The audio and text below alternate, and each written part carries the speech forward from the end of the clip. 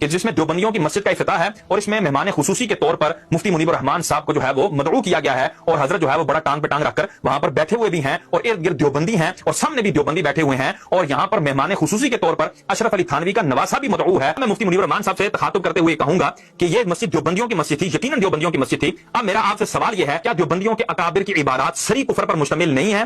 क्या देवबंदियों के अकाबिर उन इबारात की वजह से काफिर और मुर्तद नहीं है? क्या देवबंदी उन अकाबिर की इबारात को जानने के बावजूद ये खुद इनके ऊपर वही हुक्म नहीं आता जो हुसामुल हरमैन में हरमैन तय्यबैन के उलमा ने उनके ऊपर हुक्म लगाया? क्या ये जो अशरफ अली थानवी का नवासा जो है आया, इसके ऊपर वो हुक्म हुसामुल हरमैन का नहीं आता? और क्या ये मस्जिद बैतुल्लाह है या मस्जिद ज़रार है? और क्या ये मस्जिद ईमान गाह है या कुफर गाह है? इन तमाम बातों का जवाब आपने 100% आला हजरत के फतावा की रोशनी में देना है। और अब ये आपके सामने एक जो है वो तस्वीर जाहिर हो रही है जिसमें हनीफ जलंधरी जो है ये देवबंदी है, उसके पीछे जो है मुफ्ती मुनीबुर रहमान साहब खड़े हैं और नमाज पढ़ रहे हैं और एक बंदा छोड़कर इनके साथ जो है वो शिया भी खड़ा है और ये हजरत देवबंदी मकतब फिक्र के एक शख्स के पीछे नमाज पढ़ रहे हैं। अब मैं मुनीबुर रहमान साहब से कहूंगा, क्या हनीफ जलंधरी का देवबंदी होना आपके इल्म में था या नहीं था? और अगर हनीफ जलंधरी का देवबंदी होना तो आपके इल्म में था, तो क्या आपके इल्म में यह बात थी कि देवबंदियों के अकाबिरीन ने कुफरिया इबारात लिखी हैं और सरी कुफरिया इबारात लिखी हैं और आपको जब यह पता था कि इनके अकाबिर ने ये कुफरिया इबारात कही हुई हैं, उसके बावजूद आप उनके पीछे नमाज पढ़ रहे थे और इस नमाज से अभी तक कोई तौबा रुजू नहीं आया? और यहां पर सैयदी व सनदी आला हजरत के फतवे के मुताबिक देखा जाए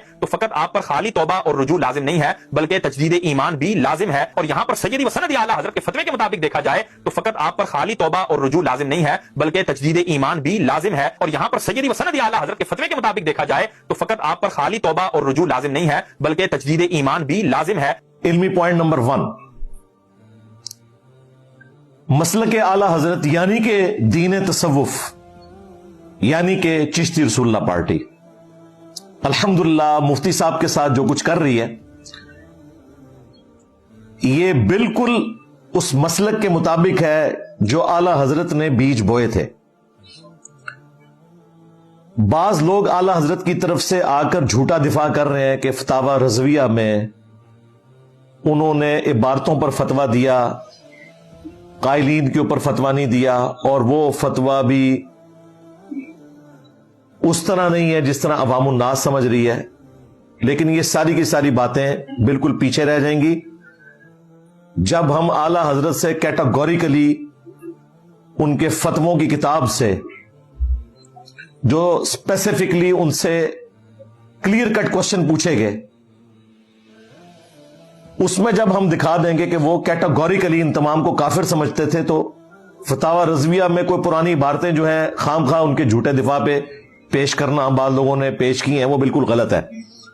और वो पेश करने वाले कोई आला हजरत के मसलक के लोग नहीं है बल्कि उनके मुखालफीन हैं। वो कहते हैं जी आला हजरत भी बहुत अच्छे थे, जिस तरह हमारे वो भोले भाई हैं साहिल अदीम साहब, वो कहते हैं आपको नहीं पता कि आला हजरत की क्या खिदमात है। तो ये साहिल अदीम साहब के लिए भी हवाला है कि ये खिदमात है। लो सामो अहकाम शरीयत ये आला हजरत की किताब है और बापा जानी इन्हें प्रिंट करवाई हुई है दावत इस्लामी ने, जो इस वक्त ड्राइविंग सीट के ऊपर है बरेलवी फिरके की। इसी की निस्बत पे मुफ्ती अकमल कादरी साहब ने QTV के प्रोग्राम का नाम रखा था अहकाम शरीयत। उसमें आला हजरत से पूछा गया कि जो वहाबी है, और वो ब्रैकेट भी उसमें खोली हुई है, देवबंदी, अहले हदीस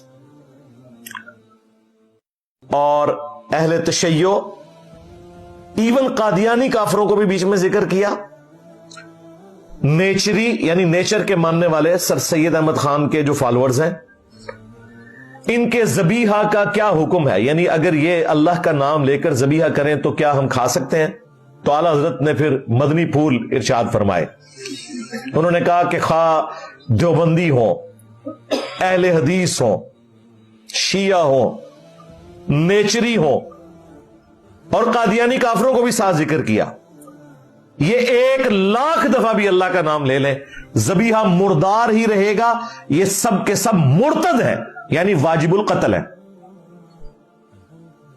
अलबत्ता यहूदो नसारा का जबीहा हलाल है, यानी आला हजरत के नजदीक यहूदो नसारा देवबंद और अहले हदीस से बहुत बेहतर है। लो सामो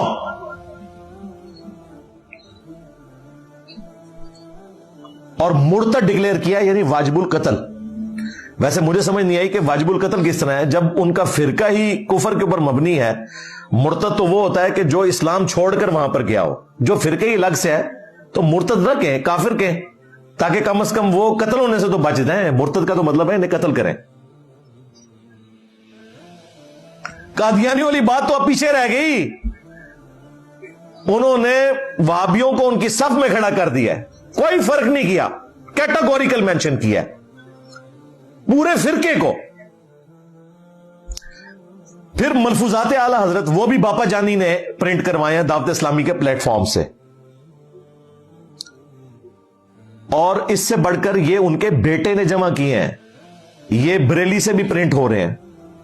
بریلی کی اپنی ویب سائٹ کے اوپر بھی اس کا PDF رکھا ہوا ہے. ان کے جو بیٹے تھے مفتی اعظم ہند ان کو کہتے تھے، مصطفیٰ رضا خان نوری، جن کی وہ مشہور نعت ہے تو شمع رسالت ہے عالم تیرا پروانہ. یہ اس نے جمع کیے ہیں. اور اس سے بڑھ کر جس حصے میں یہ فتویٰ ہے نا، وہ حصہ خود اعلی حضرت نے پڑھا ہوا ہے، اور اس کی شان میں باقاعدہ اشعار لکھے ہیں. وہ اشعار بھی میں کارنر پہ اٹیچ کر دوں گا اسی فتوے کے.